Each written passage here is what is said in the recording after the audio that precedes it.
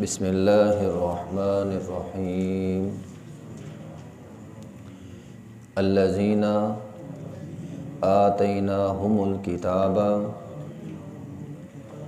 یتلونہ حق تلاوتہ اولئک یؤمنون بہ ومن یکفر بہ فَأُولَئِكَ هُمُ الْخَاسِرُونَ۔ الذین وہ لوگ آتیناہم الکتاب جن کو ہم نے کتاب دی ہے، یتلونہ وہ اسے پڑھتے ہیں، حق تلاوتہ جیسے اس کے پڑھنے کا حق ہے۔ اولئک یہی وہ لوگ ہیں، یؤمنون بہ جو اس پر ایمان لاتے ہیں، ومن یکفر اور جس نے کفر کیا، جس نے انکار کیا بھی اس کا، فاولئک هم الخاسرون تو وہی لوگ خسارہ اٹھانے والے ہیں۔ الذین آتیناہم الکتاب، پیچھے اللہ تعالیٰ نے اہل کتاب کی بدعمالیوں کا تذکرہ کیا تھا، یہاں پہ اللہ تعالیٰ نے ان لوگوں کا تذکرہ کیا ہے جو اہل کتاب میں سے ہیں اور نیک ہیں۔ یقیناً یہودیوں عیسائیوں میں سے سارے برے نہیں تھے، یہودیوں عیسائیوں میں سے کچھ لوگ ایسے بھی تھے جو نیک تھے، تو یہاں اللہ رب العزت نے ان نیک لوگوں کا تذکرہ جو ہے وہ کیا ہے۔ تو فرمایا الذین آتیناہم الکتاب، جو اہل کتاب تھے جن کو ہم نے کتاب دی تھی تورات اور انجیل، یتلونہ وہ اس قرآن کو پڑھتے تھے، حق تلاوتہ جس طرح اس قرآن کو پڑھنے کا حق ہے۔ تو حق تلاوتہ اس کی تفسیر میں بہت ساری باتیں ہیں۔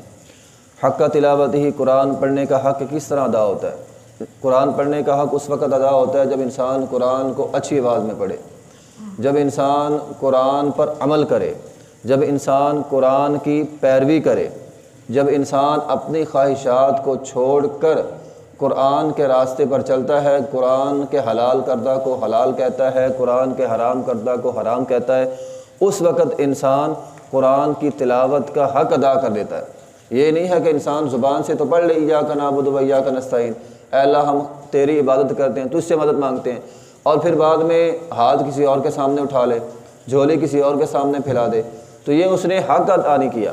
تو حق تو یہ ہے نا کہ جو قرآن کہتا ہے اس پر عمل بھی کرنا ہے، جو ہم زبان سے پڑھتے ہیں اس پر عمل بھی کرنا ہے، یہ ہے حق۔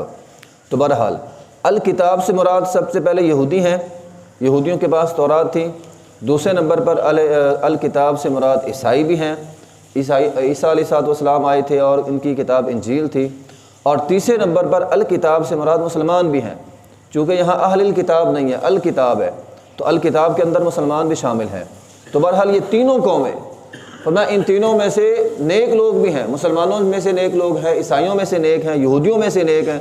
یہودیوں میں سے جیسے عبداللہ بن سلام رضی اللہ تعالیٰ، پہلے یہودی تھے بعد میں مسلمان ہو گئے۔ عیسائیوں میں جیسے نجاشی، پہلے عیسائیوں کا بادشاہ تھا، بعد میں کلمہ پڑھا اس نے، مسلمان ہو گیا۔ تو مسلمانوں میں تو بہت سارے لوگ ہیں۔ فرمایا یہودیوں، عیسائیوں اور مسلمانوں میں بہت سارے نیک لوگ بھی ہیں۔ وَإِذَا يُتْلَىٰ عَلَيْهِمْ قَالُوا آمَنَّا بِهِ أَنَّهُ الْحَقُّ مِن رَّبِّنَا، تو جب بھی ان پر قرآن پڑھا جاتا ہے ایمان لے آتے۔ تو نجاشی پر قرآن پڑھا گیا، وہ ایمان لے آیا۔ عبداللہ بن سلام رضی اللہ تعالیٰ عنہ نے، پہلے یہودی تھے، قرآن سنا، ایمان لے آئے قرآن پہ۔ تو بہت سارے اچھے لوگ بھی ہیں، یہاں ان اچھے لوگوں کا تذکرہ کیا جا رہا ہے۔ ایک حدیث میں آیا ہے، نبی علیہ السلام نے فرمایا 3 قسم کے لوگ ایسے ہیں جن کو اللہ تعالیٰ دوہرا اجر دے گا، ڈبل اجر۔ 3 قسم کے لوگ ہیں، ان کو ڈبل اجر ملے گا، دوہرا اجر ملے گا۔ پہلا وہ بندہ، نبی علیہ السلام نے فرمایا رجل من اہل الکتاب آمن بنبیہ، ایک بندہ اہل کتاب میں سے ہے، یہودی عیسائی ہے، وہ اپنے نبی پر ایمان لایا۔ یہودی جو تھا وہ موسیٰ علیہ السلام پر اور یہودیوں کے پیغمبروں پر ایمان لایا، عیسائی جو تھا وہ عیسیٰ علیہ السلام پر ایمان لایا۔ لیکن جب نبی علیہ السلام آئے، وآمن بمحمد صلی اللہ علیہ وسلم، وہ نبی علیہ السلام پر بھی ایمان لے آیا۔ موسیٰ علیہ السلام پر بھی ایمان تھا، نبی علیہ السلام پر بھی ایمان لے آیا، اس کے لیے دوہرا اجر ہے، اللہ اس کو ڈبل اجر دے گا۔ موسیٰ علیہ السلام پر ایمان لانے کا اجر بھی ملے گا اسے، اور محمد صلی اللہ علیہ وسلم پر ایمان لانے کا اجر بھی اسے ملے گا۔ اسی طرح نمبر 2 والعبد المملوک، فرمایا ایک غلام جو اذا ادى حق اللہ وحق موالیہ، جو اللہ کا حق بھی ادا کرتا ہے اور اپنے مالک کا حق بھی ادا کرتا ہے۔ اچھا آج کے دور میں غلام تو نہیں ہے، آج کے دور میں یہ حدیث مبارکہ ملازموں کے لیے ہے کہ ملازم اپنی ملازمت بھی پوری کرتا ہے اور اللہ کا حق بھی ادا کرتا ہے۔ جو اس کے مالک نے اس کی ذمہ داری لگائی ہے، ملازم بندہ جو اس کی ذمہ داری ڈیوٹی ہوتی ہے، اپنی ڈیوٹی بھی پوری کرتا ہے اور اللہ کا حق بھی ادا کرتا ہے، یقیناً ایسا بندہ دوہرا اجر ملے گا۔ بہت سارے لوگ ہمارے معاشرے میں ہیں جو کہتے ہیں جناب ملازمت کی وجہ سے میں نماز نہیں پڑھ سکتا، یعنی وہ ملازمت کی وجہ سے اللہ کا حق ادا نہیں کر رہا۔ نماز اللہ کا حق ہے نا، تو وہ اللہ کا حق نہیں ادا کر رہا۔ تو جو بندہ اپنی ڈیوٹی بھی پوری کرے اور ساتھ اللہ کا حق بھی ادا کرے، یقیناً ایسے بندے کے لیے دوہرا اجر ہے کہ وہ اپنے مالک کا حق بھی ادا کر رہا ہے جس کے ہاں وہ کام کرتا ہے، جس کی وہ ملازمت کر رہا ہے، اور اللہ کا حق بھی ادا کرتا ہے۔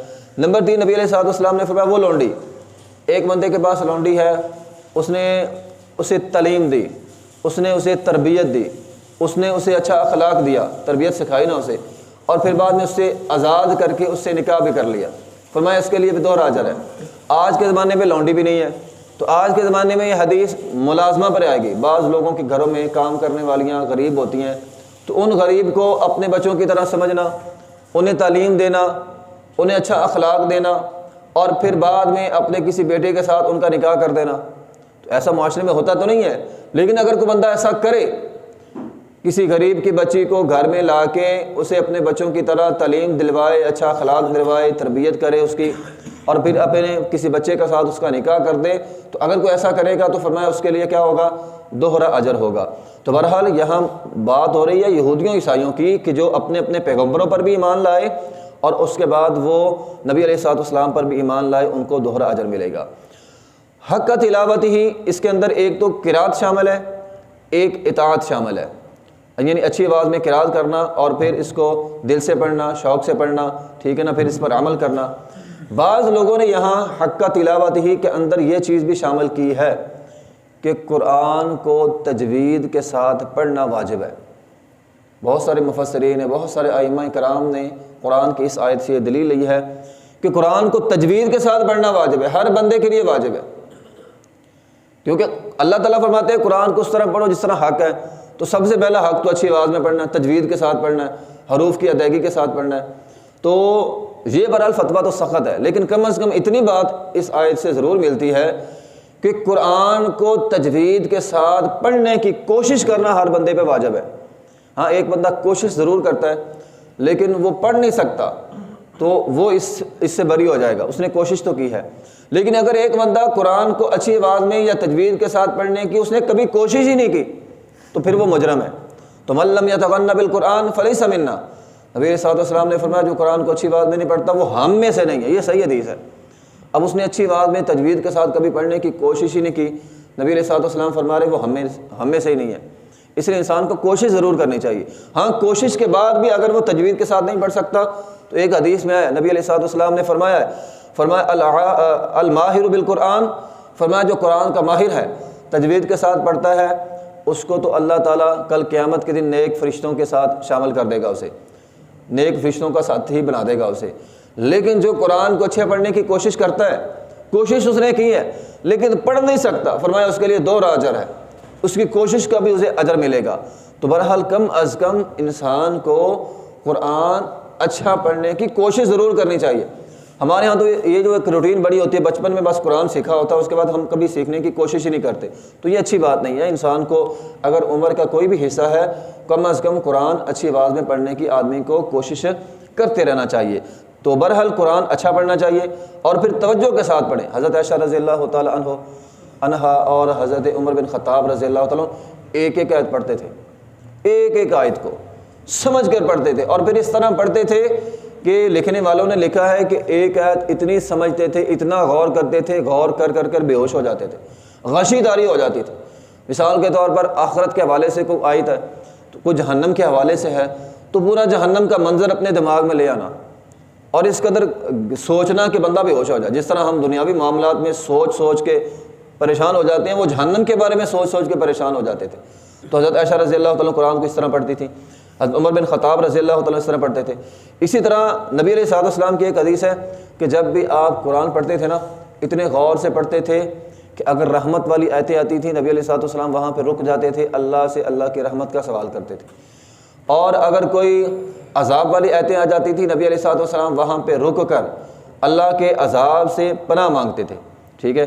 اسی طرح اگر کوئی جنت کی آیت ہوتی تھی نبی علیہ الصلوۃ والسلام رک کر جنت کا سوال کرتے تھے، اور اگر کوئی جہنم کے متعلق ہوتی تھی آیت نبی علیہ الصلوۃ والسلام رک کر جہنم سے پناہ مانگتے تھے۔ تو یہ اسی صورت میں ہوگا جب انسان کو پتہ ہوگا جہنم کی آیتیں کون سی ہیں، جنت کی کون سی ہیں، نعمتوں والی کون سی ہیں، رحمت والی کون سی ہیں، عذاب والی کون سی ہیں، اللہ کے غضب والی کون سی ہیں۔ تو یہ اسی وقت ہوگا جب انسان سمجھ کر اس قرآن کو پڑھے گا۔ تو بہرحال نبی علیہ الصلوۃ والسلام کی ایک اور حدیث ہے، آپ علیہ الصلوۃ والسلام نے فرمایا ہے کچھ لوگ فرمایا مسجد میں اکٹھے ہو گئے، کچھ لوگ مسجد میں اکٹھے ہو گئے، اکٹھے ہو کر وہ کیا کر رہے ہیں، تلاوت قرآن کر رہے ہیں، قرآن پڑھ بھی رہے ہیں اور قرآن ایک دوسرے کو سنا بھی رہے ہیں، قرآن ایک دوسرے کو سمجھا بھی رہے ہیں۔ ایک تو خود پڑھنا، ایک ہے کسی کو سنانا، ایک ہے خود سمجھنا، ایک ہے کسی کو سمجھانا۔ وہ یہ سارے کام کر رہے ہیں، خود بھی سمجھ رہے ہیں، دوسروں کو سمجھا بھی رہے ہیں، خود بھی پڑھ رہے ہیں، دوسروں کو پڑھا بھی رہے ہیں۔ نبی علیہ الصلوۃ والسلام نے فرمایا ایسے لوگوں پر اللہ کی طرف سے سکینت نازل ہوتی ہے، رحمت نازل ہوتی ہے، اور فرشتے ایسے بندوں پر اپنا سایہ کر دیتے ہیں، یعنی رحمت کے فرشتے بھی آتے ہیں، اللہ کی طرف سے بھی رحمت آتی ہے۔ تو قرآن بابرکت چیز ہے، اس کو سمجھنے کی کوشش جو ہے وہ کرنی چاہیے۔ نبی علیہ الصلوۃ والسلام نے ایک حدیث میں، بخاری کی حدیث ہے، ایک مثال سے یہ بات اور زیادہ ہمیں کھل کر سمجھا دی، حق تلاوت ہی۔ نبی علیہ الصلوۃ والسلام نے فرمایا جو بندہ، ایک بندہ ہے وہ قرآن کو اچھی آواز میں پڑھتا ہے، قرآن بھی اچھی آواز میں پڑھتا ہے اور ساتھ نیک اعمال بھی کرتا ہے، نیک بھی ہے، دوسرے کام بھی اچھے کرتا ہے، قرآن بھی اچھا پڑھتا ہے اور دوسرے کام بھی اچھا کرتا ہے۔ نبی علیہ الصلوۃ والسلام نے فرمایا اس کی مثال سنگترے کی طرح، مالٹے کی طرح، چکوترے کی طرح ہے، جس کا ذائقہ بھی اچھا ہوتا ہے، طعمها طیب وریحها طیب، اس کا ذائقہ بھی اچھا ہوتا ہے اور اس کی خوشبو بھی آتی ہے۔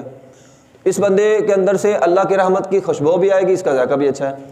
اور دوسرے نمبر پر فرمایا وہ بندہ جو اچھا تو ہے، نیک اعمال تو کرتا ہے، نمازی تو ہے، لیکن والذی لا یقرأ القرآن، قرآن نہیں پڑھتا، نمازی ہے قرآن نہیں پڑھتا، نیک عمل کرتا ہے قرآن نہیں پڑھتا۔ فرمایا اس کی مثال ایسے ہی ہے جیسے کھجور کے بارے میں فرمایا طعمها طیب ولا ریح لها، اس کا ذائقہ تو ہے، اس کی خوشبو نہیں ہے۔ اب کھجور کی خوشبو نہیں ہوتی، ہاں ذائقہ اس کا اچھا ہوتا ہے۔ فرمایا اس کے اندر خوشبو کیوں نہیں؟ یہ تلاوت قرآن نہیں کرتا، قرآن پڑھنے کی کوشش نہیں کرتا۔ فرمایا اسی طرح ومثل الفاجر، بندہ تو فاجر ہے، گناہ گار ہے، لیکن الذی یقرأ القرآن، ایک گناہ گار بندہ قرآن پڑھتا ہے، گناہ گار بندہ قرآن پڑھتا ہے۔ فرمایا اس کی مثال ریحانہ بوٹی کی طرح ہے، ریحھا طیب، جس کی خوشبو تو بڑی اچھی ہے لیکن وطعمها مر، اس کا ذائقہ بڑا کڑوا ہے۔ تو قرآن کی وجہ سے اس کے اندر خوشبو تو آ گئی لیکن باقی عمل نہیں کرتا، تو اس کے اندر وہ ذائقہ نہیں ہے، خوشبو ہے ذائقہ کوئی نہیں۔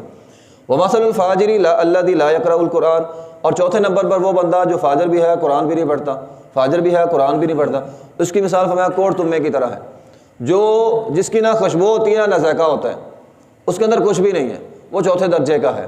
تو بہرحال جو نیک عمل بھی کرتا ہے ساتھ قرآن بھی پڑھتا ہے، اس کے اندر اللہ تعالیٰ نے ذائقہ بھی رکھ دیا ہے، اس کے اندر اللہ تعالیٰ نے خوشبو بھی رکھ دی ہے۔ اس لیے انسان نیک عمل بھی کرے اور ساتھ قرآن کو اچھے آواز میں پڑھنے کی کوشش بھی کرے۔ تو فرمایا حق تلاوت ہی، قرآن کا حق ادا کرنا، ومن یکفر بہ فاولئک هم الخاسرون، اور جو انسان اس بات سے انکار کر دے گا وہ خسارہ پائے گا۔ جو انسان قرآن کا انکار کرے گا وہ بھی خسارہ پائے گا، جو قرآن کو اچھی آواز میں پڑھنے کی کوشش نہیں کرتا وہ بھی خسارہ پائے گا، جو تلاوت قرآن نہیں کرتا، ایمان تو ہے لیکن تلاوت قرآن نہیں کرتا وہ بھی خسارے میں چلا جائے گا۔ تو قرآن تلاوت کرنا، اس کو اچھی آواز میں پڑھنا اور اچھی آواز میں پڑھنے کی کوشش کرنا، یہ ہم پر فرض ہے۔ ایز اے مسلمان ہم نے کلمہ پڑھا ہے، یہ ہم پر فرض ہے، اس لیے ہم میں سے ہر آدمی کو قرآن اچھی آواز میں پڑھنے کی کوشش ضرور کرنی چاہیے۔ وآخر دعوانا الحمدللہ رب العالمین۔